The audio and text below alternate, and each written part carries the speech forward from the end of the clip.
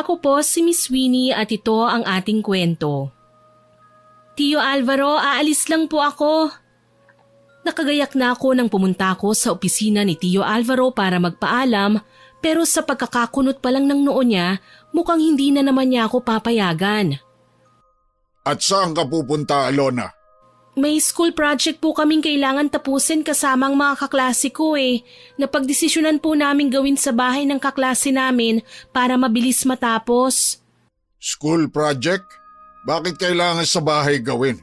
Hindi ba sapat ang oras ng pamamalagi ninyo sa eskwelahan? Kapag uwian na, pumirmi na sa bahay.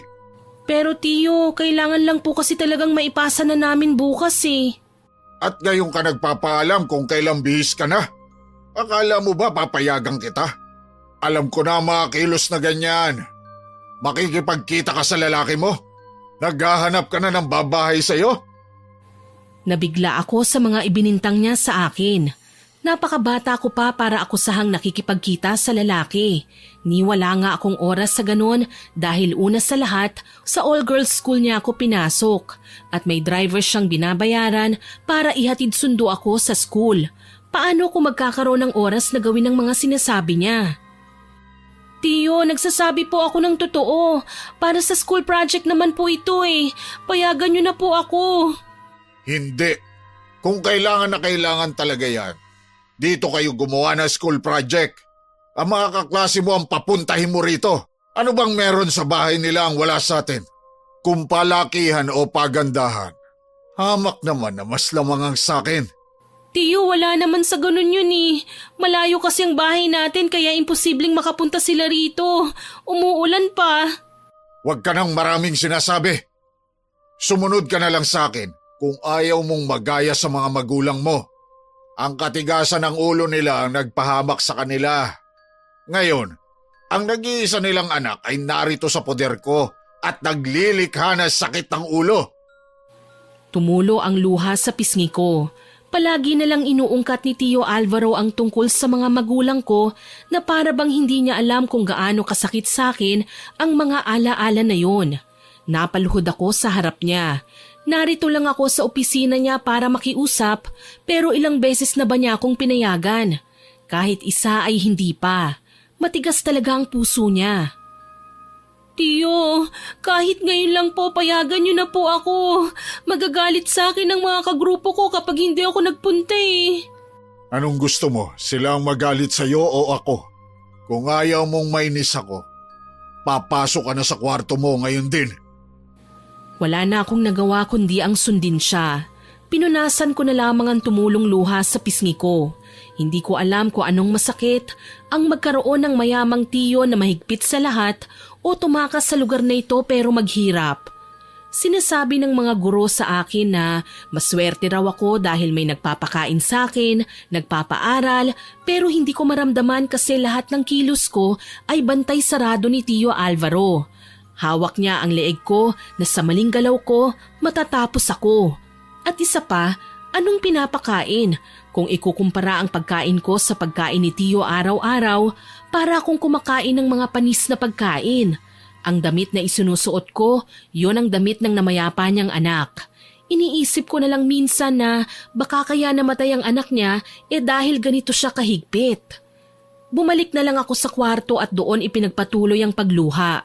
Nakita ko ang mga litrato nila mama at papa sa tabi ng kama ko. Bakit kasi kailangan yung mawala ng maaga sa akin Ma, Pa? Kung alam ko lang na masusunog ang bahay natin, sana hindi ako umalis ron para magkakasama tayong lahat. Miss na miss ko na kayo. Naputol ang pag-iyak ko nang marinig ko ang ringtone ng cellphone ko. Agad ko yung kinuha mula sa bag at nakita ko kung sino ang tumatawag. Ang leader namin. Mabilis ko yung sinagot. Tinatanong niya kung nasa na ako at ako na lang daw ang hinihintay nila roon sa bahay nila. I'm sorry, hindi kasi ako pinayagan ni Tio Ayaw niya akong lumabas. Dapat daw ang school project ay sa school ginagawa. Bigla na lang siyang nagalit at kung gusto raw nating mag-school project dito tayo sa bahay gumawa. Umalma naman ang kaklase ko at sinabing napakalayo daw ng bahay ko. At isa pa ay natatakot sila kay Tio Alvaro. Naalala ko tuloy nung unang beses silang pumunta rito. Takot na takot sila at ipinangakong hindi na babalik pa. Pero ang ikinadurog ng puso ko ay nang sabihin ng kaklase ko sa kabilang linya na hindi na raw ilalagay ang pangalan ko sa listahan kapag hindi ako pumunta. Pinapayuhan pa nila akong tumakas. Ito pa naman ang huling taon sa senior high at ayoko nang umulit ng pag-aaral dahil lalo akong kagagalitan ni Tio. Sige, susubukan kong gumawa ng paraan. Pinatay na niya ang tawag at ang tanging naiwan sa akin ay ang kaba. Napahugot ako ng malalim na hininga. Gagawin ko ba ang inuutos sa akin ng kaklase ko? Pero kung hindi ako pupunta, hindi nila isasama ang pangalan ko sa gumawa ng school project. Kapag nangyari yon, hindi ako makakagraduate at posibleng mawalan ako ng pagkakataong makaalis sa bahay na ito. Nakarinig naman ako ng malakas na pagkatok at ang kasunod ay ang pagpihit ng pinto ng kwarto ko. Tio Alvaro, may kailangan po ba kayo? Aalis ako. Bukas na ang balik ko. May pagkain sa lamesa at ang paalala ko, wag na wag mong pakikialaman ang mga gamit ko. Huwag kang papasok sa kwarto ko. Opo, Tio Alvaro. Bigla akong nabuhayan ng loob. Kung babalik si Tio Alvaro bukas, magkakaroon ako ng pagkakataong makaalis ngayong gabi para pumunta sa mga kaklase ko. Aagahan ko na lamang umuwi. Pero ang problema ko, paano ako makakatakas ng hindi nalalaman ng mga kasambahay namin? Tuluyan nang umalis si Tio Alvaro. Lumabas din ako sa kwarto para tanawin ang pag-alis niya mula sa malaking bintana. Saan kaya pupunta si Tio Alvaro? Anong oras na May inaasikaso pa rin ba siya ng ganito kagabi? May problema kaya sa mga negosyo niya? Pero hindi na bale, kakain na lang ako para makaalis na rin ako. Saan ka pupunta, Alona? Kumabog ang dibdib ko nang marinig ko si Manang Beth na nakaabang pala sa akin sa kusina. Ipinagbabawal ng Tio Alvaro mo na lumabas ka sa bahay na ito. Kapag sinuway mo yun, pare-pareho tayong makakatikim ng galit niya. Hindi naman po ako aalis. Kakain lamang ako at magpapahinga na. Pumunta na lamang ako sa hapagkainan. Kahit walang gana ay pinilit kong kumain. Namangha pa nga ako dahil ngayon lang ako nakakain ng masarap na pagkain. Pero wala pa ako sa wisyong kainin ito. Napapakagat na lamang ako sa aking labi dahil pinapanood ako ni Manang. Tila ba ayaw niyang mawala ako sa paningin niya. Manang, may alam po ba kayo kung saan pupunta si Tio Alvaro? Bakit mo na itanong, Alona? Ha? Parang lagi po kasi siyang umaalis nitong mga nakaraang gabi. Dati naman ay malimit lang siyang lumabas. Baka lang alam niyo po kung saan siya pumupunta. Kung alam ko man ay wala akong karapatan para ipagkalat yon, Alona. Natahimik naman ako sa tinuran niya. Gaano ba siya ka-loyal kay Tio? Mabuti pa tapusin mo na ang pagkain mo, Alona, para mailigpit ko na. Kumislap naman ang mga mata ko sa sinabi niyang yon. Ibig sabihin, magkakaroon ako ng tsansa na makaalis. Muling bumalik ang kaba sa dibdib ko. Tila ba sinasagot ng Diyos ang mga panalangin ko? Sinikap ko nang ubusin ang pagkain ko, tsaka ko tumayo at bumalik sa kwarto. Dala-dala ang mga gamit ko ay maingat akong naglakad patungo sa hagdanan. Nakita ko na lamang si Manang na abala sa paghuhugas ng plato. Sa wakas, hindi niya ako mapapansin. Ngayon, ang kailangan ko na lamang gawin ay makalabas ng gate nang walang nakakakita. Sandali, anong oras na ba? Tiyak nagpapahinga ng driver namin. Nagpatuloy ako sa paglalakad hanggang sa makarating ako sa gate. Akmang bubuksan ko na yon nang may magsalita sa likod ko. Alona, saan ka pupunta? Mabilis ko siyang nilingon sa pag-aakalang si Tio Alvaro ang nakahuli sa akin, pero nang makita ko kung sino, ang driver ko pala. Ha? Ano kasi? Alona, nasan ka? Boboy, nakita mo ba si Alona? Wala siya sa kwarto niya. Opo, narito siya. May itinatanong lang. Ganun ba? Pabalikin mo na siya rito dahil malilintikan tayo kay Sir Alvaro kapag hinayaan nating makalabas si Alona. Alona, bumalik ka na sa kwarto mo. Pangako, hindi makakarating sa tiyuhin mo na binabalak mong tumakas kung susunod ka sa akin. Pero Kuya Buboy, kailangan ko talagang umalis eh. Ang sabi ng groupmates ko kapag hindi ako sumipot, hindi nila ilalagay ang pangalan ko sa nag-ambag sa project. Babagsak ako nun. Tiyak na lalong magagalit sa akin si Tio Alvaro. Ganun ba? Pero kayang-kaya naman ng Tio Alvaro mo na ayusin kung may problema ka sa school. Makapangyarihan ng tiyo mo. At kung minamasama ng mga kaklase mo ang hindi mo pagpunta, magsolo ka na lamang o kaya ay bahala na ang tiyo mo sa lahat. Hindi naman kasi ganun kadali yun, Kuya Buboy eh. Tiyak na pagdidiskitahan nila ako sa school kapag nalaman nilang ginagamit ko ang kapangyarihan ni Tio Alvaro sa mga ganitong bagay. At saka kailan ba gumasto si Tio para sa akin? Alona, huwag ka na makulit. Sumunod ka na lamang sa tiyo mo. Sigurado ko mas makabubuti kung hindi mo siya susuwayin. Mahirap kalaban ng isang taong may kakamping demonyo. Anong ibig mong sabihin? Sinong taong may kakamping demonyo? Si Tio Alvaro bang tinutukoy mo? Ha? Hindi. Ang sabi ko, mahirap kalabanin ng tiyo mo dahil pare-pareho tayong mapuputukan. Mabuti pa, bumalik ka na sa kwarto mo. Bukas, sasamahan kita sa mga groupmates mo na makapagpaliwanag. Hindi na ako nagpumilit pa at bumalik na lamang sa kwarto. Mukhang wala na talaga akong magagawa pa. Hindi ko na dapat ipilit pa. Nagpalit na lang ako ng damit para maghanda sa pagtulog. Pero hindi rito natatapos ang plano ko. Tama, siguradong akala nila ay natulog na ako, ngayon may pagkakataon na talaga akong makatakas. Mabilis akong kumilos. Dahil nakababa na ako kanina, nasuri ko na kung paano ako makakalabas ng ligtas. At hindi naman ako nagkamali dahil matagumpay akong nakatakas sa bahay ni Tio Alvaro at mabilis na nakarating sa bahay ng kaklase ko, kina Bea. O, nariyan ka na pala, Alona. Akala namin hindi ka na darating eh. Pasensya na kayo ha, Bea, kung natagalan ako. Huwag mong sabihing tumakas ka, nakapantulog ka na kasi. Napatingin ako sa damit ko at doon ko naalalang hindi ko nagawang magpalit sa kama madali. Napakamot na lamang ako sa batok ko. Anyway, halika na, Alona. Marami na kaming nasimulan na research at tinatype na rin. Ikaw na lang ang mag-present bukas. Ha? Ako?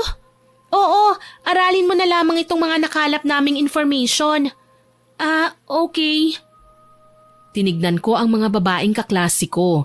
Bali 5 kaming narito sa loob ng kwarto niya at kapwa abala sa kani-kanilang ginagawa. Kinuha ko na lamang ang mga papel na sinasabi nilang pag-aralan ko. Natigilan ako nang makita ko ang mga larawan ng sunog. Oh, anong problema, Alona? Ha? Wala. Ano kasi? Wait, Alona, triggering ba para sa'yo ang topic natin? Ang pagkakaingin? Naalala ko, nabalitaan natin noon ang pagkamatay ng mga magulang niya sa sunog. Nahihirapan ka ba, Alona, na basahin yan? Ha? Hindi naman, ayos lang ako. Sigurado ka, Alona? Pero wala naman tayong magagawa. Yan ang topic na naka-assign sa atin eh. Wala kang choice kundi ang aralin yan. Gusto mo ba ng break, Alona? What I mean is, na-curious lang ako. Hindi ba't 2 taon pa lang ang nakakalipas nang mangyari yon? Oo, tama ka. Nalaman mo na ba kung anong dahilan ng pagkasunog ng bahay niyo? Not to offend you ha, syempre baka makatulong ito sa presentation mo sa topic natin kasi pwede mong mairelate sa real life experiences mo. Napaisip naman ako sa sinabi niya. Ni minsan ay hindi ko naungkat kay Tio Alvaro ang tungkol dito. Masyado akong natroma ng mga pangyayaring wala na ang mga magulang ko kaya hindi ko na naisip pa ang magtanong. Hindi ko alam kung anong dahilan ng sunog sa bahay namin eh. Ay talaga? Kung anong ikinamatay ng mga magulang mo? Sunog din ba? I mean, nakita mo ba ang mga bangkay nila ron? Hindi eh. Nang makita ko ang bahay namin na nasusunog, agad akong inalis doon ni Tio Alvaro. So, ibig sabihin, hindi mo nakita ang mga magulang mo pagkatapos nun? Hindi mo sigurado kung nasa loob ba sila ng bahay nyo? Hindi mo ba nakita sa balita? Hindi eh. Basta wala akong naging balita pagkatapos akong kunin ni Tio Alvaro. Ang alam ko lang nasusunog ang bahay namin. Ang isip ko ay naroon nga ang mga magulang ko. Alona, hindi naman sa pinag-iisipan namin ng masama ang tiyo mo ha, pero subukan mo kayang magtanong sa kanya tungkol sa pagkamatay ng mga magulang mo. Hindi ka ba naku-curious? What if may sumunog pala sa bahay nyo? What if plano niyang patayin ng mga magulang mo? Baka kaya mahigpit sa'yo si Tio Alvaro mo kasi may tinatago pala siya sa'yo. Kinupkup ako ni Tio Alvaro kaya malaki ang utang na loob ko sa kanya. Alam naman namin yun, Alona, pero hindi naman masamang magtanong eh. Para sa kapakanan mo rin yan at sa kalayaan mo. Ni hindi mo man lang alam kung ano ba talaga ang totoong nangyari sa pamilya mo. Bakit isang araw ay wala na sila? Anong nangyayari dyan? Bakit may umiiyak? Natigil ang pagluha ko nang marinig kong may kumatok sa nakaawang na pinto ng kwarto kung nasaan kami. Sumilipro ng isang lalaki at nagkatagpo ang mga mata namin. Kuya Ben, nandito ka pala. Kailan ka pa umuwi? Kanina lang. Ganun ba? Sandali ipapakilala kita sa mga kaklase ko. Binuksan ng kaklase ko ang pinto at doon ay tumambad sa amin ng matipunong lalaki na nakaunipormeng asul. Hello guys, eto nga palang nakatatanda kong kapatid si Kuya Ben. Isa siyang pulis. Hello sa inyo. Sabi ni Mama ay gumagawa raw kayo ng school project. Pero bakit parang pinaiiyak niyo ang kaklase niyo? Hoy, hindi po Kuya Ben. Nagkukwento kasi si Alona tungkol sa pagkamatay ng parents niya eh. Patay na ang parents niya? Nawala ang ngiti sa mga labi ni Kuya Ben at may pag-aalala ang paraan ng pagtingin niya sa akin. Anong ikinamatay? Sa sunog po, Kuya. Napag-usapan lang namin kasi yung school project namin ay tungkol sa research ng pagkakaingin. Tapos naalala namin yung nangyari sa mga magulang niya 2 years ago. Tinatanong namin siya kung sigurado ba siyang naroon ng mga magulang niya sa loob ng bahay nilang nasusunog. Pero kinuha na pala siya kagad ng tiyo niya kaya hindi niya alam kung anong nangyari. Mabuti pa tapusin niyo na ang school project niyo. Anong oras na rin? Dito ba kayo matutulog lahat? Hindi po. Kailangan ko rin po kasing makabalik kagad eh. Dahil tumakas lang po ako sa amin. Dapat po ay makauwi kagad ako dahil siguradong pagagalitan ako ni Tio Alvaro kapag nalaman niyang umalis ako. Naiintindihan ko. Bilisan niyo na ang ginagawa niyo. Malalim na ang gabi. Kawawa naman ang kaklase niyong uuwi pa. Nagpaalam na sa amin si Kuya Ben kaya naman bumalik kami sa kanya-kanya naming ginagawa. Hindi na rin ako kinulit pa ng mga kaklase ko tungkol sa naging pag-uusap namin kanina. Nag-focus na lang din ako sa pagbabasa at nang matapos sila sa ginagawa nila, ibinigay nila yung lahat sa akin. Oh, Alona, ikaw nang bahala sa lahat ha. Aasahan ka namin sa presentation bukas. Huwag mo kaming bibiguin. Oo, sige. Babasahin ko itong lahat. Huwag kang mag-alala, Alona. Kami na ang bahala sa visuals. Ifo-forward na lang namin sa iyo ang PowerPoint. Mag-ingat ka sa pag-uwi mo, ha? Oo, sige. Maraming salamat. Lumabas na ako sa kwarto at nakita ko naman si Kuya Ben na nasa may sala. Naka-uniforme pa ito na waring may hinihintay. Oh, tapos na pala kayo. Napagdesisyonan kong ihatid na ang kaklase niyong si Alona sa bahay niya dahil delikado na sa labas kung mag-isa siyang uuwi. Po, ihahatid niyo po ako sa amin? Oo, hindi kami mapapanatag kung may mangyari sa iyong masama sa labasan. At isa pa, kung maabutan ka man ng tiyo mo, makakapagpaliwanag ako sa kanya. Pero ayos lang po ako. Kaya ko naman po ang sarili ko, Kuya Ben. Mas kagagalitan po ako kapag nakita kong may kasamang lalaki ni Tio Alvaro eh. Naalala ko na naman ang mga binibintang sa akin ni Tio Alvaro kanina. Isa akong pulis, Alona. Ang tungkulin ko ay protektahan ang mamamayan ng bayan natin. Kaya huwag kang mag-alala. Mas mabuting ihatid kita. Oo nga, Alona. Magpahatid ka na kay Kuya Ben para masiguro naming ligtas kang makakauwi. May presentation pa bukas, remember? Huwag kang absent. Wala na akong naging salita pa kung hindi hayaan na lamang ang sarili kong sumakay sa police car ni Kuya Ben. Kumakaway akong nagpaalam sa mga kaklase ko. Mag-seatbelt ka, Alona. Okay po, Kuya Ben. Isinuot ko na ang seatbelt at nagsimula na siyang paandarin ng sasakyan. Tahimik lang akong nakatingin sa bintana pagkatapos kong banggitin sa kanya kanina kung saan ako nakatira. Nagulat naman ako nang magsalita siya. Tungkol sa sunog na nangyari sa bahay niyo na narinig ko kanina. Pwede ba akong magtanong, Alona? Ano pong tungkol doon, Kuya Ben? Yung bahay niyo ba yung nasunog sa Santa Monica 2 taon nang nakakalipas? Opo, paano niyo po nalaman? 2 years ago kasi nang malipat ang destino ko ron sa Santa Monica. Isa ko sa mga naatasang pumunta ron para mag-imbestiga. Nang umagang yun, may nag-report sa amin na nasusunog nga raw ang bahay ninyo. Ang pinagmula ng apoy ay mga gasolinang nagkalat sa palibot ng inyong bahay. Ano pong ibig niyong sabihin, Kuya Ben? Sa labas nagmula ang apoy, Alona.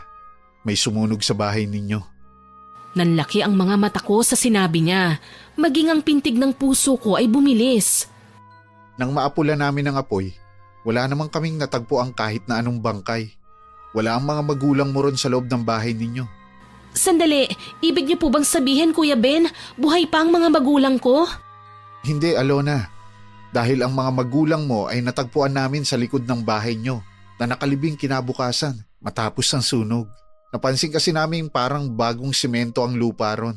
Dahil nga may hinahanap kaming bangkay, hinukay namin ang lugar na yon at doon namin nakita ang iyong ama at ina, sina Mr. Wadi at Mrs. Rina. Sumikip ang dibdib ko nang marinig ko ang mga pangalan ng mga magulang ko. Hindi ko na napigilang humikbi. Ibig niyo po bang sabihin hindi sila namatay sa sunog kung hindi may ibang pumatay sa kanila? Ganun na nga.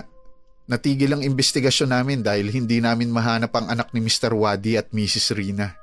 Hindi namin siya nakita sa kanyang eskwelahan dahil bigla siyang naglaho. Ako? Pero kinuha lang po ako ni Tio Alvaro. Sa kanya ako nakatira ngayon dahil siyang kumupkup sa akin. Paano mo naging tiyo ang Tio Alvaro mo? Ang sabi niya po sa akin ay kapatid daw siya ni Mama. Daw? Hindi ka sigurado?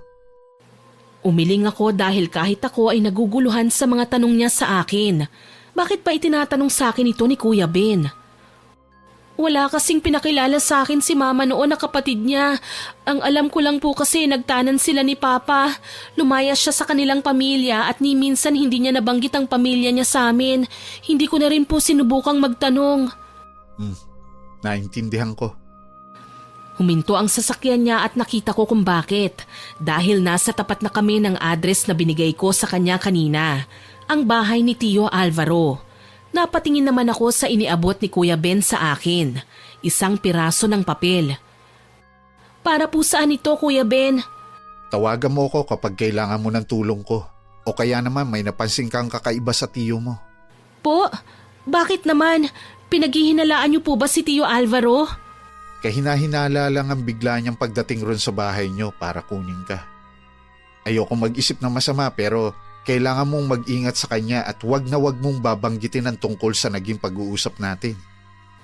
Bumaba na ako ng sasakyan at nagmamadali nang pumasok sa bahay ni Tio. Sinigurado kong walang nakapansin sa aking pagbabalik hanggang sa kwarto ko. Sinulyapan ko ang kapirasong papel na may numero ni Kuya Ben. Bakit pakiramdam ko may hindi ako magandang matutuklasan? Bakit parang madudurog ang puso ko? Sinikap kong matulog dahil naalala kong kailangan kong gumising ng maaga para magbasa ng research paper na ipepresent ko bukas. At least hindi natatanggalin ang pangalan ko. Kailangan ko lang naman maghanda sa reporting bukas. Hindi na ako mangangamba na baka hindi ako makagraduate. Worth it ang pagtakas ko. Ipinikit ko ang mga mata ko pero sa kalagitnaan ng pagtulog, naalimpungatan ako nang marinig kong umuulan sa labas.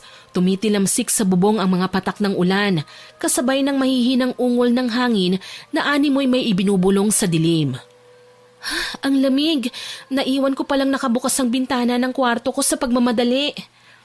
Akmang isasara ko na ito nang makita ko sa ibaba ang kotse ni Tio Alvaro. Tinanaw ko ang orasan, 3:00 ng madaling araw nang umuwi siya. Saan kaya siya nanggaling? Isinara ko na lamang ang bintana at bumalik sa kama para matulog. Pero hindi ko inaasahan ang dadalaw sa akin sa panaginip. Isang pamilyar na pulis ang nakita ko sa tapat ng bahay namin nang makababa ako sa sasakyan. Abot tanaw ko ang nasusunog naming bahay. Akmang tatakbuhin ko yon nang may pumigil sa akin. Sino ka? Ako ang tiyo mo. Ako si Tio Alvaro. Kapatid ako ng mama mo. Ha? Pero walang nabanggit si Mama tungkol sa'yo. Hindi na mahalaga yon. Basta Alona, halika na. Umalis na tayo rito. Po, pero Tio Alvaro, sila Mama at Papa. Nasaan sila? Bakit ako sasama sa inyo? Sandali, wala naman sila ron sa bahay, hindi ba? Pero imbis na sagutin ang tanong ko, nagsalita lang siya ng panibago. Sumama ka na sa akin sa bahay ko, Alona. Simula ngayon, ako na ang magiging guardian mo dahil patay na ang mama at papa mo. Hinawakan niya ang kamay ko habang dinadala ko sa sasakyan niya. Nakatingin ako sa bahay naming natutupok na ng apoy at nakita ko na lang ang sarili kong tuluyan ng nililisan ng bahay ng mga magulang ko. Pero bago tuluyang isara ang bintana, ay napansin ko ang mukha ni Tio Alvaro sa side mirror. Nakangisi siya. Alona! Gising na! Hinihintay ka na ng Tio Alvaro mo sa hapagkainan! Nagising ako sa malalakas na katok sa pinto ng kwarto ko. Sinilip ko ang bintana at umaga na. Sandali, ang alam ko ay isinasara ko lang yon kaninang madaling araw. Mali ba ako? Pero teka, nakalimutan kong gumising ng maaga para mag-review. Bumangon na ako at napansin ko ang butil ng luha sa gilid ng mata ko. Pati na rin ang bigat sa kalooban ko. Doon ko naalala na may napanaginipan pala ako. Napanaginipan ko na naman sina Mama at Papa. Yun ang araw na nakita kong nasusunog ang bahay namin at yun din ang unang beses na nakita ko si Tio Alvaro. Alona! Gising ka na ba? Hinahanap ka na ng Tio Alvaro mo. Alam mong ayaw niyang pinaghihintay. Bumangon ka na riyan! Nariyan na po, Manang Beth. Tumayo na ako at inayos muna ang sarili bago lumabas ng kwarto. Dala-dala ko pa rin ang bigat sa dibdib ng napanaginipan ko kagabi. Pero may mas ibibigat pa pala yun nang makita ko si Tio Alvaro sa hapagkainan. Nakatingin siya sa akin ng masama. Napapalunok na lamang ako sa kaba. Kahit kailan talaga ay hindi natatahimik ang loob ko kapag nasa paligid siya. Maupo ka na. Lalamig ang mga pagkaing inihanda ni Manang Beth. Opo, Tio. Sinunod ko si Tio Alvaro at saka ako nagsimulang kumain. Nakita ko naman ang pagbabasa niya ng dyaryo. Napakunot ang noo ko nang masulyapan ng isang parte ng balita. Sunog? Napatingin sa akin si Tio. Ako naman ay pinawisan ng malamig. Pero muli kong naalala ang panaginip ko kagabi, pati na rin ang mga naging pag-uusap namin ni Kuya Ben. Bakit? Anong problema, Alona? Bakit parang aligaga ka? Wala po, Tio. Kailangan ko lang pong pumasok sa eskwelahan ng maaga. Mukhang gustong-gusto mong makaalis sa pamamahay ko. Bakit? May pinaplano ka bang masama laban sa akin? Gusto mo nang umalis sa poder ko? Baka nakakalimutan mong ako ang kumupkup sa'yo nang mamatay ang mga magulang mo. Kaya may utang na loob ka sa akin na kailangang bayaran. Hinding-hindi ka pwedeng umalis sa pamamahay ko kahit kailan, Alona. Hindi naman po ako aalis. Papasok lang po ako sa school, Tio. At babalik din po ako pagkatapos. Wala naman po akong ibang pupuntahan kung aalis ako eh. Tama, ganyan ang tamang pag-iisip. Kung sumusunod ka sa akin na katulad niyan, wala tayong magiging problema. Kayo ho ba? Saan kayo nanggaling kagabi? Nagising po ako kaninang madaling araw at nakita ko po kayong dumating.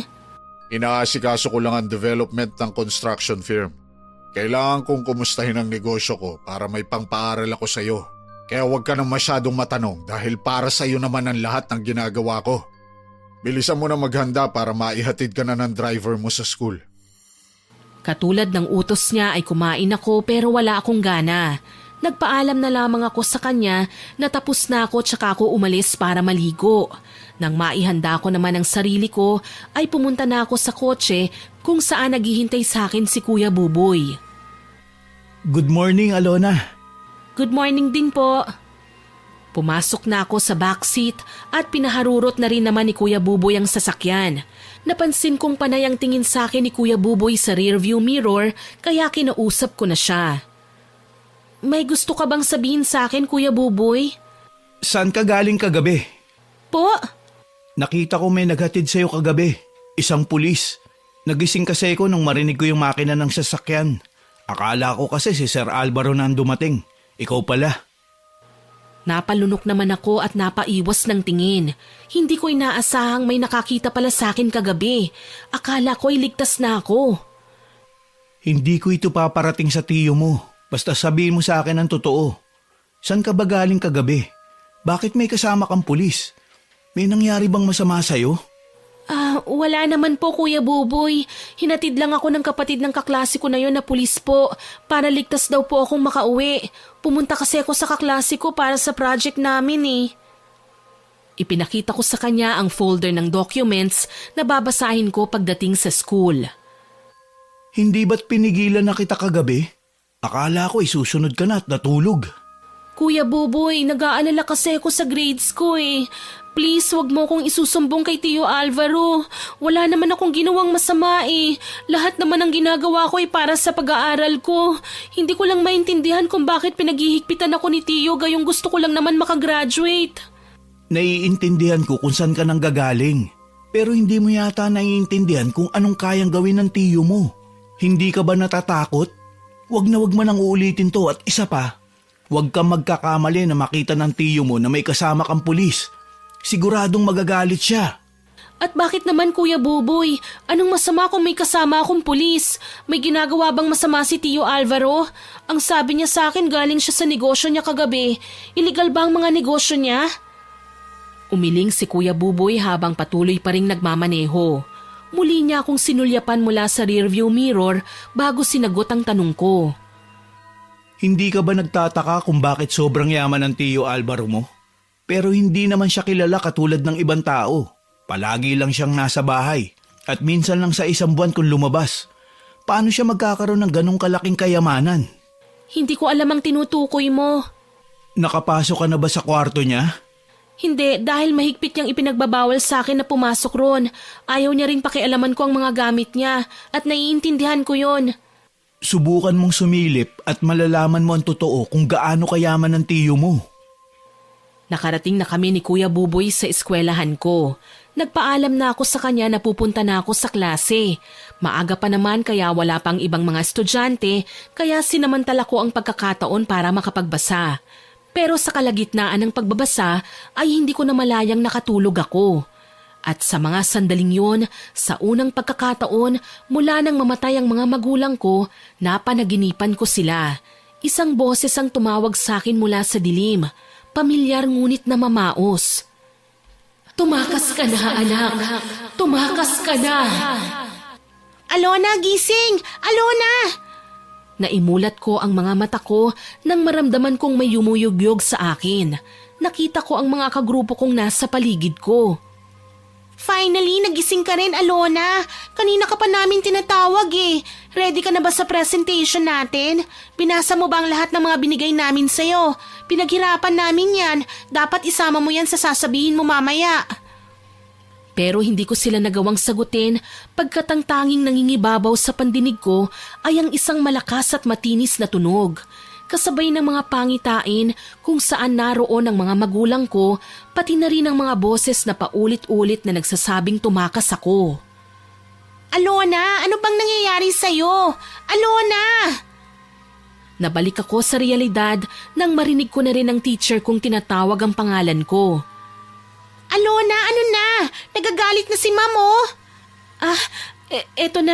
Eto na po, Ma'am. Tumayo na ako at pumunta sa harapan para ipresent ang research namin.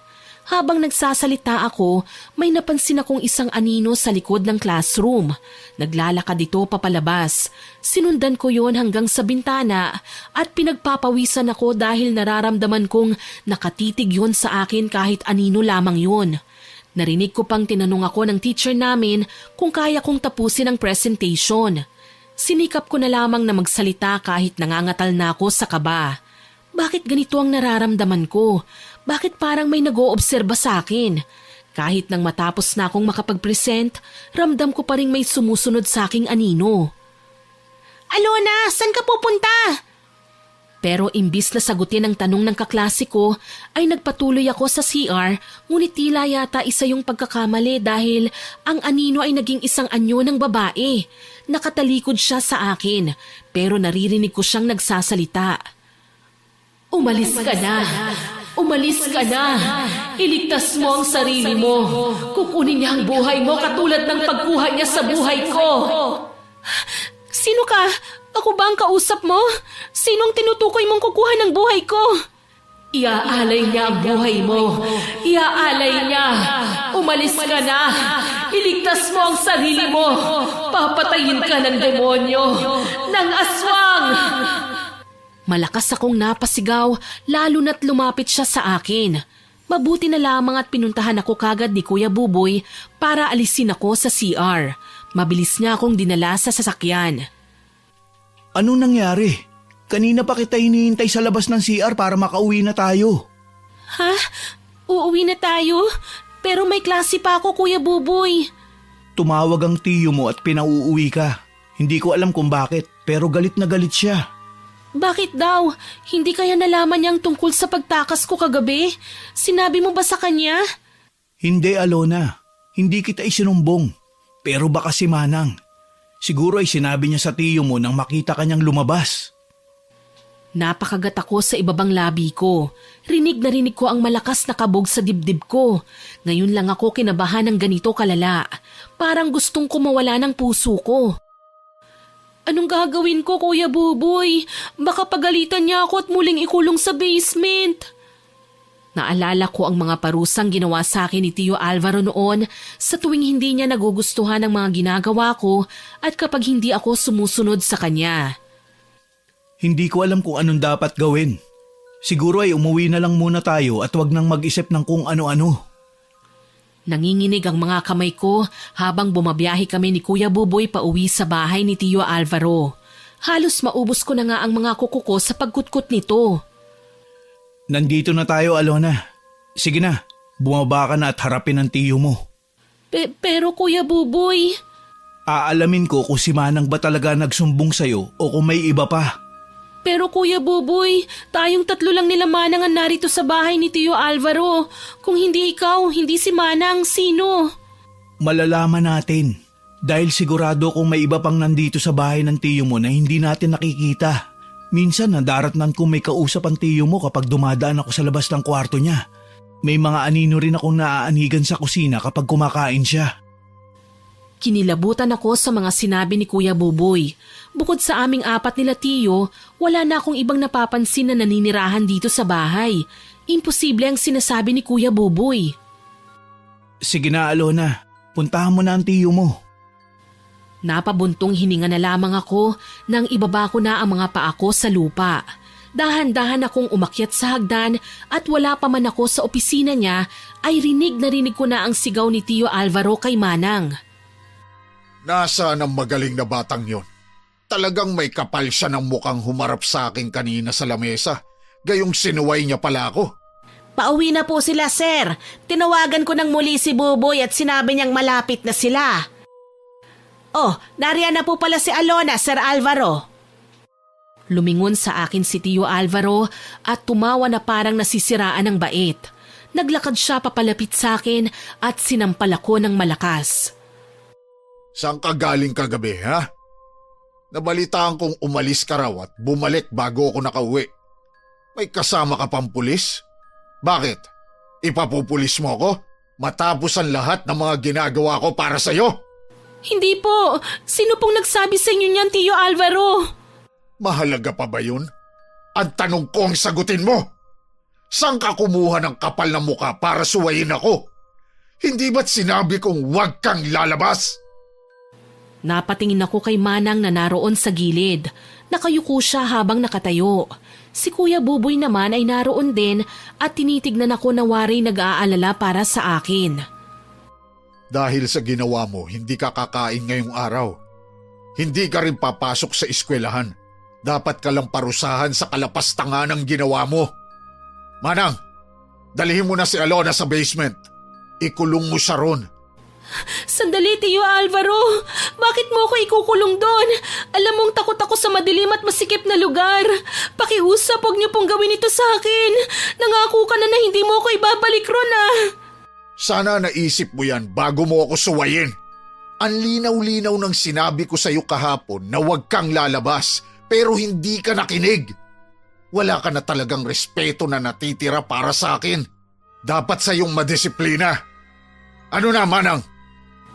Napalingon ako kay Manang na wari hindi gustong sundin si Tio.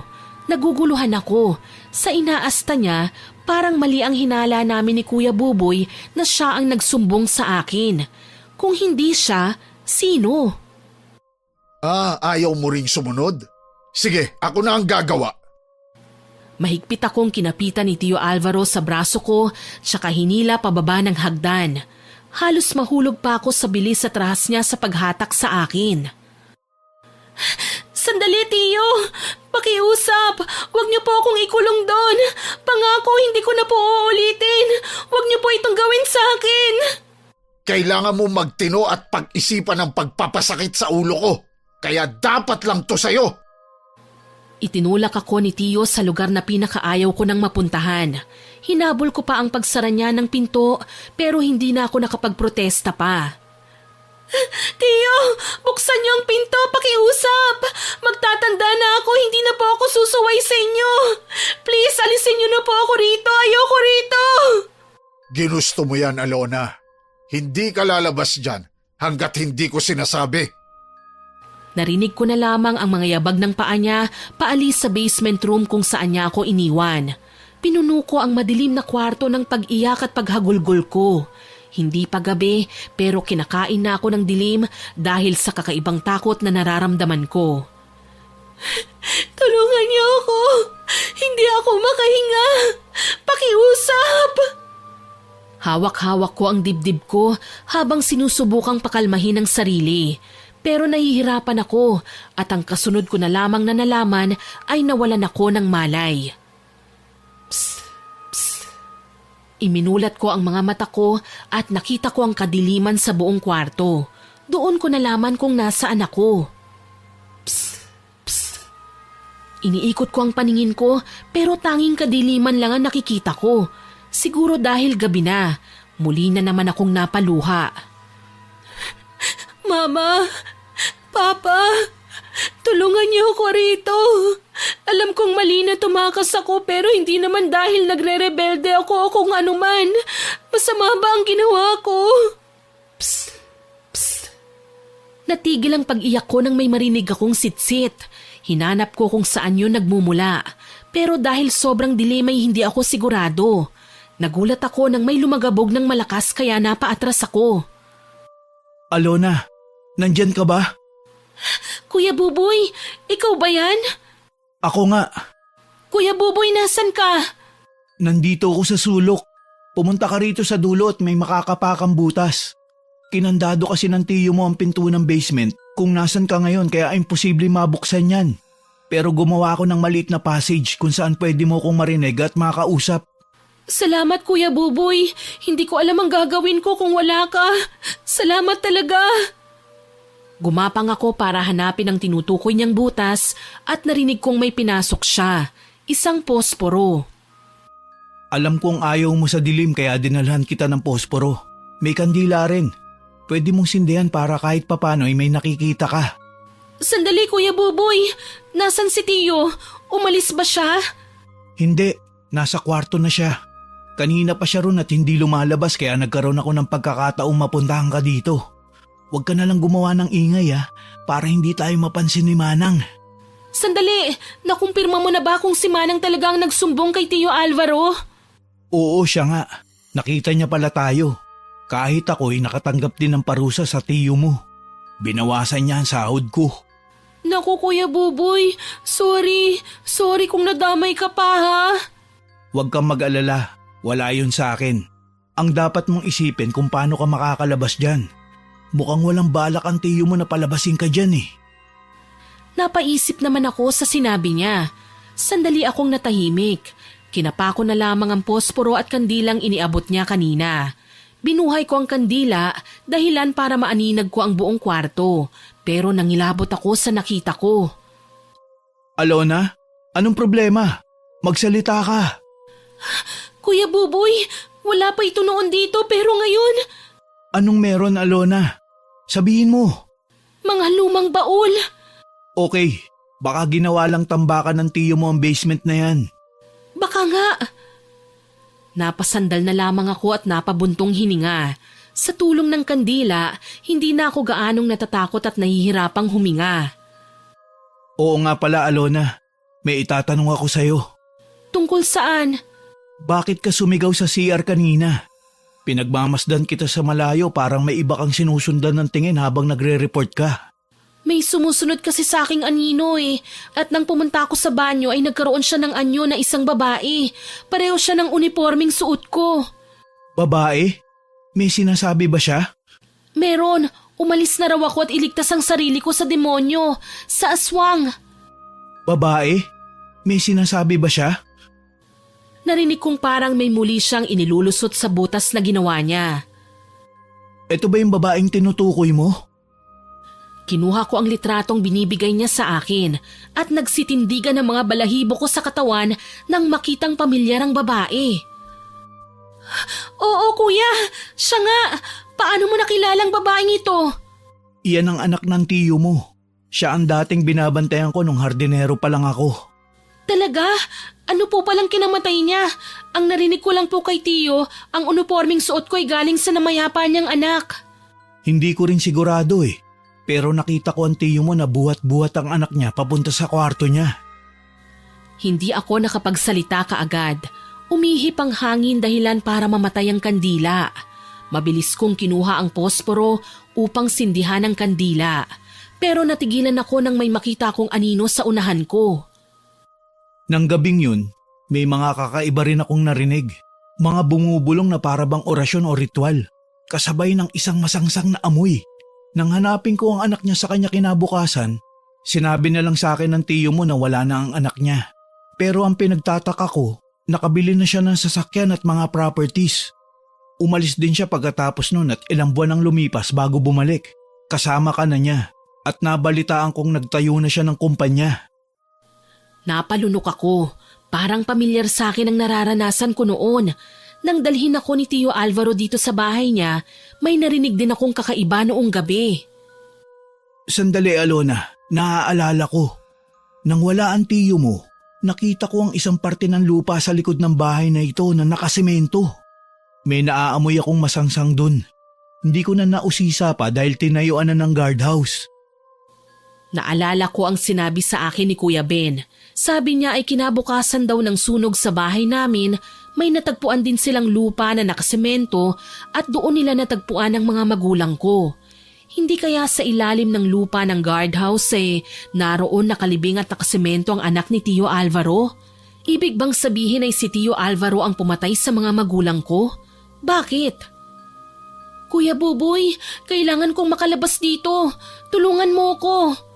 Gusto man kitang tulungan pero hindi ko alam kung papaano. Kuya Buboy, pumasok ka sa kwarto ko. Sa side table ko may pirasong papel doon at may numero ng pulis na naghatid sa akin dito. Sabi niya tawagan ko raw siya kapag kailangan ko ng tulong. Tawagan mo siya, pakiusap. Sabihin mo sa kanyang kalagayan ko. O sige, babalik ako kagad. Narinig ko na ang yabag ng paa niya paalis at muli akong naiwan sa basement kasama ang aninong kanina pa nakatingin sa akin. Sino ka? Anong kailangan mo sa akin? Sinabi ko nang umalis ka rito, pero hindi ka nakinig sa akin. Ikaw nang isusunod niya. Iaalay ka niya. Sino bang tinutukoy mo? Si Tio Alvaro? Iaalay ako? Kanino? Sa kampo ng kadiliman, sa mga aswang. Anong sabi mo? Bakit niya naman gagawin yun? Kapalit ng kayamanan. Tignan mo ang mga baul na yon para malaman mo. Itinuro niya ang mga lumang baol na kaninang tumawag ng atensyon ko. Dala ang kandila ay inilawan ko ang baul at nagulat ako sa mga nakita ko. Mga kakaibang libro, mga piraso ng lumang kandila. May mga pangil ng hayop, iba't ibang bote na may laman. May mga simbolo pa ng tatsulok at mata. Pero ang nakakuha ng pansin ko ay ang litrato ng pamilya ko. Pati na rin ang ilang lumang dyaryo kung saan nakatala doon ang balita tungkol sa sunog sa bahay namin. May mga galon pa ng gasolina na sumasagot sa mga tanong na nasa isip ko. Anong mga ito? Ibig sabihin, si Tio Alvaro ang pumatay sa mga magulang ko? Bakit? Anong kasalanang ginawa sa kanya nila mama at papa? At bakit niya ako kinupkop? Anong kailangan niya sa akin? Kung balak niya akong patayin, sana noon pa niya ginawa. Anong dahilan bakit pinatay niya sila mama? At bakit hindi niya ako sinama? Naputol ang pagkausap ko sa sarili ko nang marinig ko ang malalaking yabag ng paa papalapit sa akin. Kuya Buboy, ikaw na ba yan? Pero walang sumagot at tanging kalansing ng susi ang narinig ko. Mabilis kong hinipan ng kandila dahilan para mawalan ng liwanag sa loob ng kwarto. Sakto namang bumukas ang pinto. Tio Alvaro, kayo po ba yan? Pinapupunta ka ng Tio Alvaro mo sa kwarto niya. Manang, anong ibig niyong sabihin? Ito na ang oras. Nagulat ako nang may malamig at makulubot na kamay ang humila sa akin palabas ng basement. Manang, ano ba? Bitiwan niyo ako. Nasasaktan ako. Sasama naman ako sa inyo eh. Hindi niyo ako kailangan hawakan ng ganito. Ano po bang balak niyo sa akin? Tipirin mo ang lakas mo dahil kakailanganin mo yan mamaya. Ano pong ibig niyong sabihin, Manang? Tuluyan na akong binitiwan ni Manang nang madala niya ako sa kwarto ni Tio Alvaro.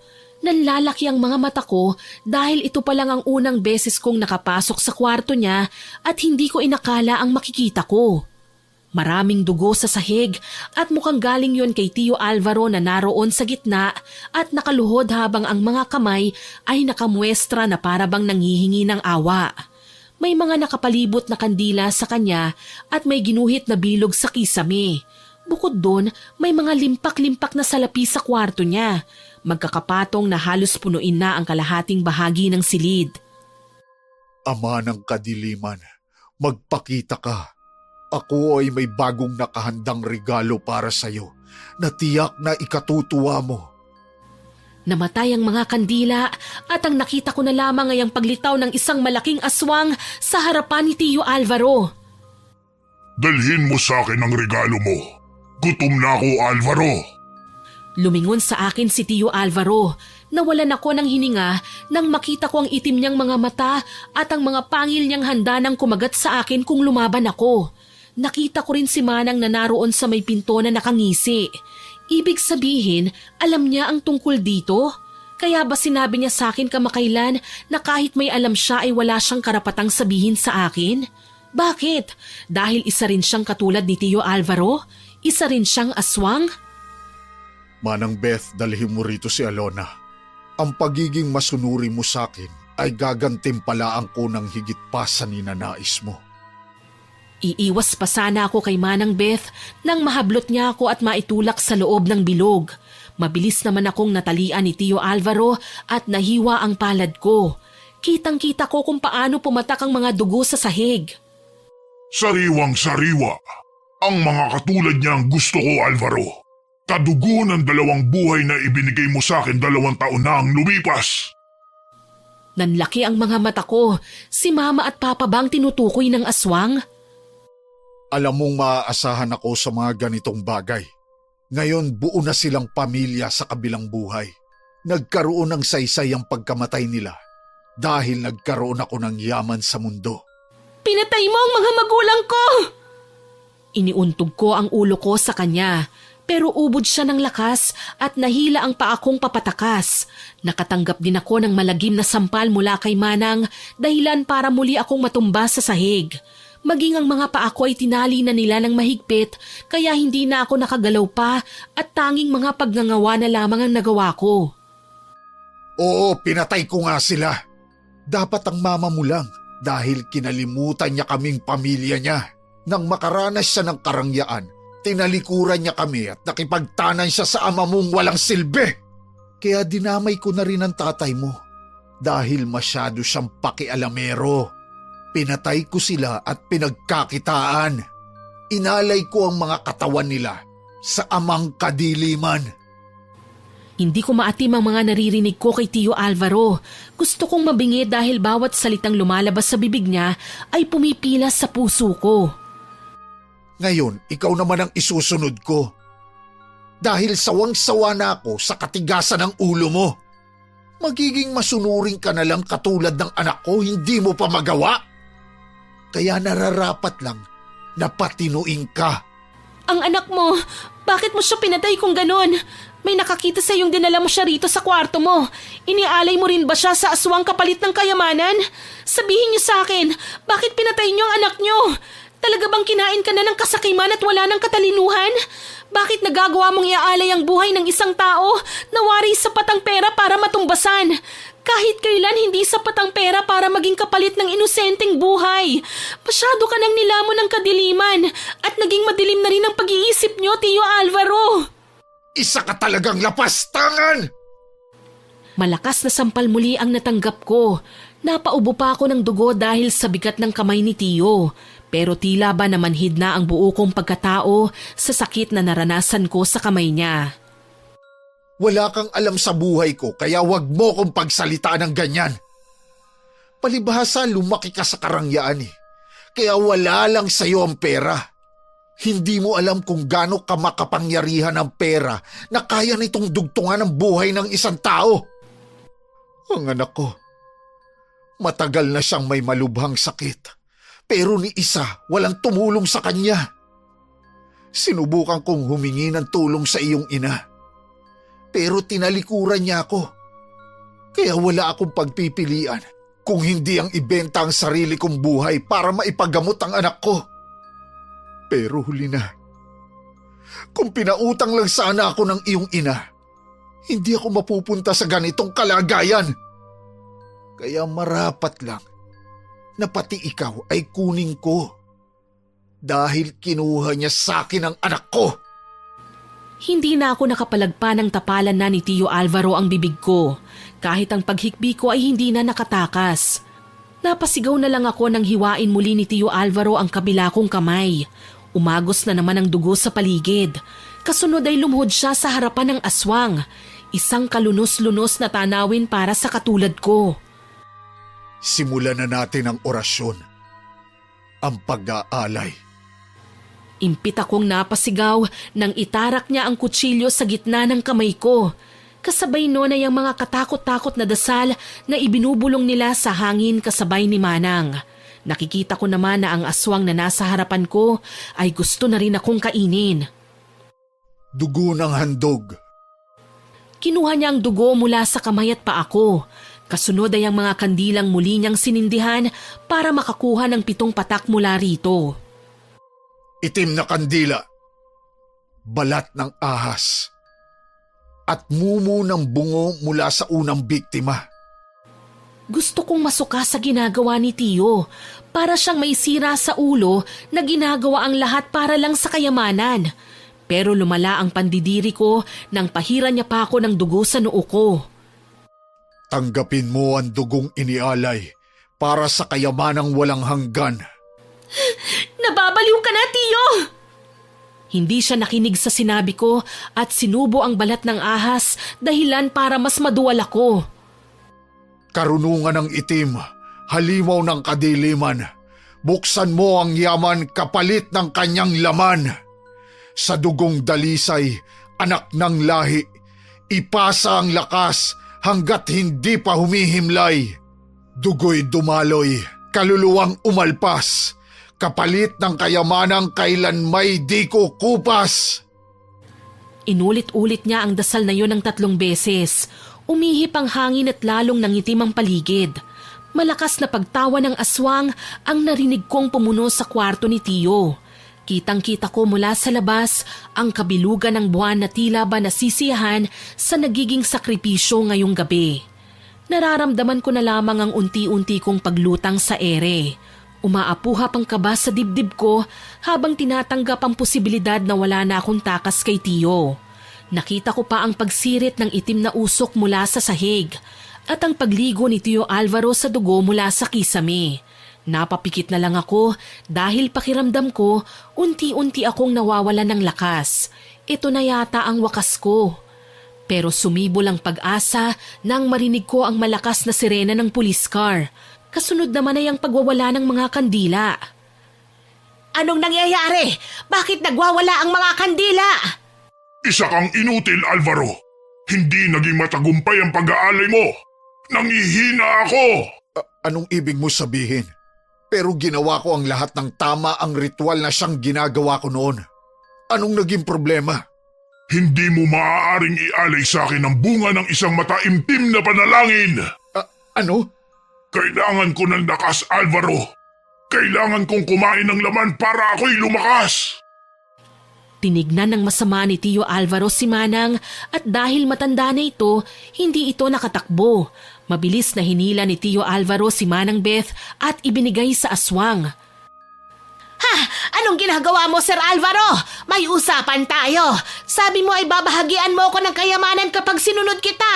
Bakit binibigay mo ko sa aswang?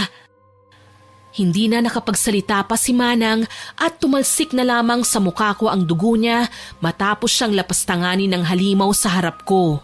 Hindi lang nito kinagat ang leeg ni Manang Beth kung hindi kinuha rin niya ang puso at lamang loob. Hindi ako makasigaw kahit na takot ako dahil sa nakaharang na tapal sa bibig ko. Bigla na lamang bumukas ng malakas ang pinto at bumungad doon si Kuya Ben kasama ang ilan pang mga pulis. Sinubukan pang manlaban ni Tio Alvaro pero tuluyan na siyang napusasan. Anong ibig sabihin nito, Alona? Ikaw ba ang may kagagawa nito? Tumawag ka ng pulis? Ha? Wala ka na talagang utang na loob! Nagulat ako nang kalagan niya ang posas at inatake niya ako. Sakal-sakal niya ako habang nakatingin ang nanlilisik niyang mga mata sa akin. Papatayin kita, Alona. Papatayin kita. Katulad ng pagpatay ko sa iyong ama at ina. Hindi dahil bunga ka ng pag-ibig at panalangin, hindi na kita kayang patayin. Lumitaw ang matutulis niyang pangil na siyang kakagat na sana sa akin. Pero narinig ko na lang ang mga putok ng baril at ang malalakas na pagsaksak kay Tio.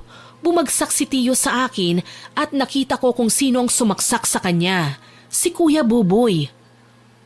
Alona, ayos ka lang ba? May mga hiwa ang kamay at paa mo. Halika at gamutin na natin. Kinalaga ni Kuya Buboy ang kamay at paa ko, pero pinigilan siya ni Kuya Ben. Ang mga kasamahan naman nito ay kinukuha na ang bangkay ni Tio Alvaro at Manang Beth. Ang aswang naman kanina ay tila naglaho at nawalan ng bakas na narito siya kanina sa kwarto. Dalhin natin siya sa ospital para sigurado.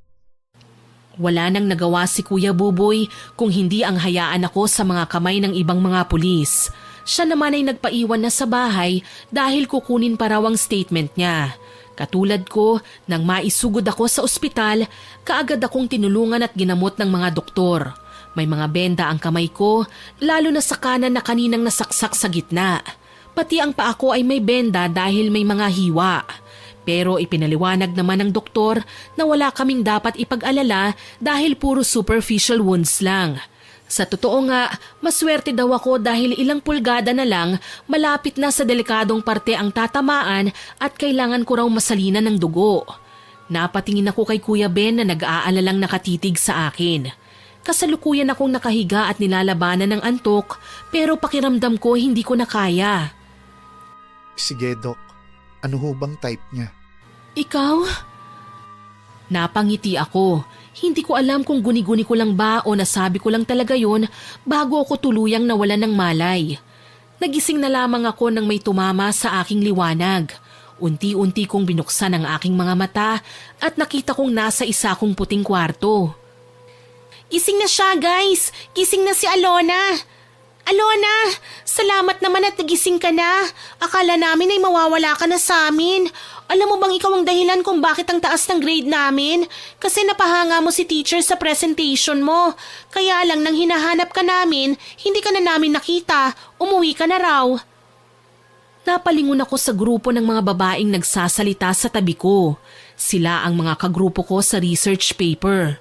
Tinulungan nila akong bumangon at sumandal sa headboard. May mga ibinigay silang bulaklak sa akin at meron ding mga prutas na naroon sa table. Tinawag din nila ang doktor para tignan ako at sinabing makakalabas na raw ako ng ospital dahil okay naman na ako. Nabalitaan namin kay Kuya Ben ang nangyari sa'yo. Okay ka na ba? May masakit pa ba sa'yo? Tantanan niyo muna ang kakatanong sa kanya para makapagpahinga siya. Hindi ba't ibiniling ko nang wag niyo muna siyang bisitahin? Naaabala niyo tuloy ang pagtulog niya. Napatingin ako sa nagsasalita na bagong dating. Kumislap ang mga mata ko nang makita ko si Kuya Ben. Hindi na siya nakauniforme ng pangpulis kaya ibang-ibang dating niya sa akin. Nagtagpo ang mga mata namin at kusang gumuhit ang ngiti sa mga labi ko. Kumusta ka, Alona? Mabuti na ba ang pakiramdam mo? Paalisin ko na ba ang mga kaibigan mo? Hindi, ayos lang ako. Ayos na ayos. Mabuti naman kung ganon. Magpagaling ka at kumain ng maraming prutas at gulay para lumakas ka. Oo, sige. Alona, crush mo ba ang Kuya Ben ko? Ha? Ako? Hindi ah. Ano ba yung sinasabi mo? Wala akong gusto sa kuya mo. Hindi ko siya type. Parang iba yata yung narinig ko bago ka mawalan ng malay. Ano ang narinig mo, kuya, bago nawalan ng malay si Alona? Wala ka na ron. Sa amin na lang yun ni Alona. Di ba? Oo naman. Sandali, ibig kong sabihin ano bang sinasabi mo? Hindi ko naman maalala May sinabi ba ako? Natawa na lamang si Kuya Ben. Ang mga babae namang nasa paligid ko ay nagpapalitan ng tingin sa aming dalawa habang ako ay pinanonood lang ng lalaking type ko. Pwede naman hindi ba? Kahit mas matanda siya sa akin ng ilang taon. Okay, hindi na ako magsasalita. Anyway, saan ka na ngayon, Alona? Di ba nahuli ng tiyo mo nila Kuya Ben?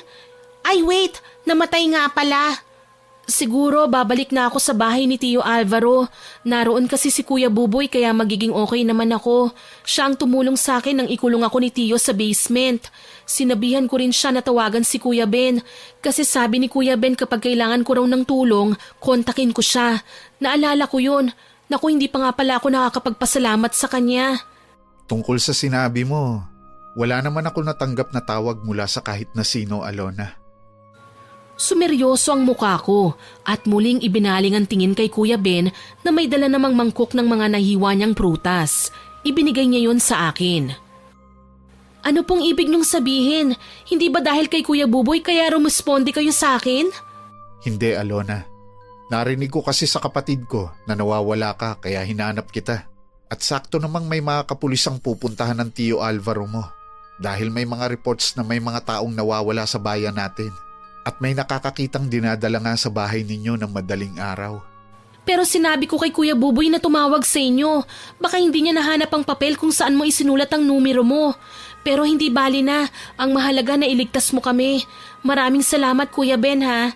Dahil sa inyo buhay pa ako. Naalala ko ang huling sinabi ng doktor na kailangan ko rin daw masalinan ng dugo. Sino kaya ang nagbigay sa akin ng dugo para gumaling ako? Wala yon. Dahil din naman sa'yo kaya nalutas ang kaso. Pati pala ang tungkol sa pamilya mo. Malinaw na kung sino ang gumawa nito. At yun ang tiyo mo. Sa likod ng bahay ninyo, natagpuan din ang anak niya na nakalibing doon sa may guardhouse. Pati na rin ang iba pang mga katawan na nawawala. Nakakalungkot lang na ang magbabayad ng hustisya ay namatay na. Baka yun ang ganti ng Diyos sa kanila, sa pagpatay niya sa mga magulang ko, sa iba pang mga tao, pati na rin sa muntikan niyang pag-aalay ng buhay ko sa aswang. Aswang? Anong ibig mong sabihin, Alona? May aswang dito sa bayan natin? Nilingon ko ang mga nababahalang muka ng mga ka-groupmate ko. Paano ko sasabihin sa kanila na totoong may aswang sa bayan namin at nakatakas nga ako? Kaya hindi pa rin ligtas na mag-isa ka, Alona. Kung gusto mo, pansamantala ka munang tumuloy sa amin. At isa pa, wala akong tiwala sa Kuya Buboy mo na yon. Sino ba yon? Dating hardinero ni Tio Alvaro pero driver ko na siya ngayon. Mabait siya Kuya Ben, pinoprotektahan niya ako kay Tio Alvaro. Duda pa rin ako sa kanya. Duda o selos? Nagsitawanan naman ang mga babaeng nasa gilid ko. Si Kuya Ben naman ay naging seryoso ang muka tsaka nagsalitang muli. Kapag okay ka na, ihahatid na kita sa inyo. Gusto ko makilala ang Kuya Buboy mo na yan. Napalunok na lamang ako. Hindi ko alam kung bakit masama ang tingin niya kay Kuya Buboy. May mga nararamdaman ba ang mga lalaki na hindi nararamdaman ng mga babae? Nang matapos kong kainin ng mga prutas, naghanda na rin ako para makauwi.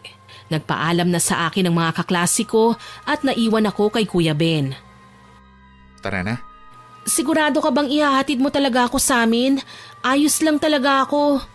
Kung hindi kita ihahatid, sino magsusundo sa'yo? ang driver mo? Posible. Kung ganon, bakit ngayon wala pa siya? Nung isang araw ka pa narito sa ospital. Hindi ko alam eh. Doon ay napaisip ako. Sumakay na ako sa sasakyan ni Kuya Ben. Nagtaka pa nga ako dahil hindi police car ang dala niya. Tahimik lang ako sa biyahe hanggang sa makarating na kami sa bahay ni Tio Alvaro.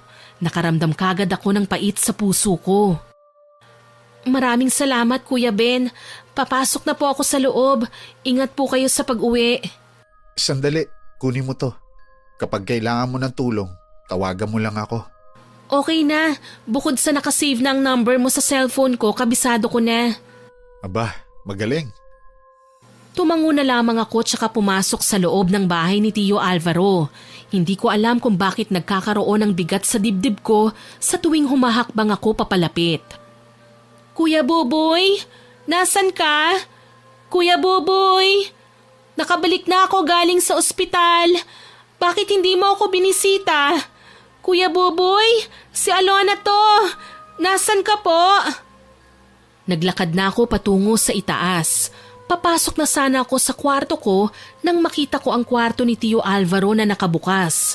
Mabilis ko yung sinilip at napanganga na lamang ako nang makitang wala ng laman ang kwarto ni Tio Alvaro maliban sa iilang mga bakas ng dugo at kandila na ginamit sa ritual. Wala na ang mga pera ni Tio. Kuya Buboy, nawawala ang mga pera ni Tio. Alam mo ba kung sino ang kumuha? Alam ko. Nakita ko si Kuya Buboy na nakasuot, nakahawi ng maayos ang buhok, may mamahaling relo at kwintas, may ginto rin sa ngipin niya. Ako ang kumuha. Ha? Bakit mo kinuha Kuya Buboy? Hindi naman yun sa'yo ah. At para kanino? Sa'yo? Hindi Kuya Buboy, kung hindi sa mga naiwan ng mga pinatay ni Tio Alvaro. Narinig ko sa mga kapulisan na may mga naging biktima pa si Tio Alvaro. Marapat lang nabigyan natin sila ng perang pinagkakitaan sa kanila ni Tio. Para saan pa? Inaako mo ba na tiyo mo ang pumatay sa kanila? Sa tingin mo ba matutuwa sila sa'yo? Baka nga kasuklaman ka pa nila eh. Kaya mabuti pang mapa sa atin na lang ang naiwang kayamanan ng tiyo mo. Kung ayaw mo, ako na lang makikinabang. Naglakad siya palampas sa akin pero hinabol ko siya at hinawakan. Sinangga niya naman ako dahilan para mahulog ako sa hagdan. Kuya Buboy! Nangihina ako siyang tinawag pero tumatawa lang siya ng malakas, isang tawa na pamilyar. Naglakad siya papalapit sa akin at inapakan ng paa ko dahilan para lalo kong mamilipit sa sakit. Nakikita ko pa ang dugo kong umaagos sa mukha ko. Bakit ka ba kasi nakikialam? Ilang taon na ako naninilbihan sa Tio Alvaro mo. Matagal ko nang hinihintay ang pagkakataong makuha mga kayamanan niya, pero dumating ka pa. Hindi pwedeng ikaw ang magmaanan ng lahat ng mga pinaghirapan ko. Napasinghap ako, hindi ko inakalang totoo pala ang kutob sa kanya ni Kuya Ben. Alam mo ba, ako ang nagsabi sa kanya na tumakas ka. Ako ang mga mata niya kapag wala ka rito sa bahay. Pinagkakatiwalaan niya ako, pero hindi niya alam na ako mismo ang papatay sa kanya. At pinatay ko nga siya. Ngayon, wala na rin makakaalam na patay ka na rin. Piruin mo, nabigo siya sa pagpatay sa'yo. Pero ako, wala man lang akong ginawa. Hindi rin ako mapagbibintangan dahil isa itong aksidente. Iiwan na lang kita rito hanggang sa manigas ka at uurin. Kuya Buboy, ang mga kayamanang kinuha mo ay galing sa masama at kailanman ay hindi yan magbubunga ng maganda sa'yo. Walang mararating ang kasakiman mo kung hindi ang kamatayan. Natawa siya at lumapit sa akin. Nanunuot sa ilong ko ang masangsang na amoy na naamoy ko kina Manang at kay Tio Alvaro. Paano ba yan? Wala na akong kamatayan. Inalay ko ng buhay ko sa ama ng kadiliman. Kaya naman ang pumigil sa akin ay papaslangin ko. Lalo na yung pulis na umaaligid-aligid dito para imbestigahan ng tiyo mo. Hindi niya makukuha mga kayamanang iniwan para sa akin. Sa akin lang ang lahat ng ito. Bago siya makaalis ay kinapitan ko siya ng mahigpit. Wala akong pakialam kung anong mangyari sa akin, kung tuluyan man akong mamatay. Wala na rin naman ang mga magulang ko para bantayan ako rito sa mundong ibabaw. Para saan pa kung mabubuhay ako? Bitiwan mo ako, Alona. Gusto mo talaga mamatay? Sige, Ginusto mo to, Alona! Nakita kong lumitaw ang mga pangil niya at unti-unting nagbago ang kanyang anyo. Katulad siya nila Tio Alvaro at Manang Beth, isa rin siyang aswang. Akmang kakagatin niya na ako nang makarinig ako ng putok ng baril. Ang kasunod ay ang paglagapak ni Kuya Buboy sa sahig. Alona! Nakita ko si Kuya Ben na tumatakbo patungo sa akin, suot ang mukha na puno ng pag-aalala. Tuluyan na akong napapikit at nawala ng malay.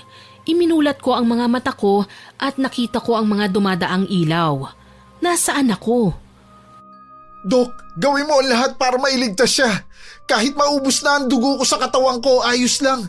Iligtas mo lang ang babaeng to. Pero hindi pumayag ang doktor dahil kakukuha lang daw sa kanya ng dugo noong isang araw.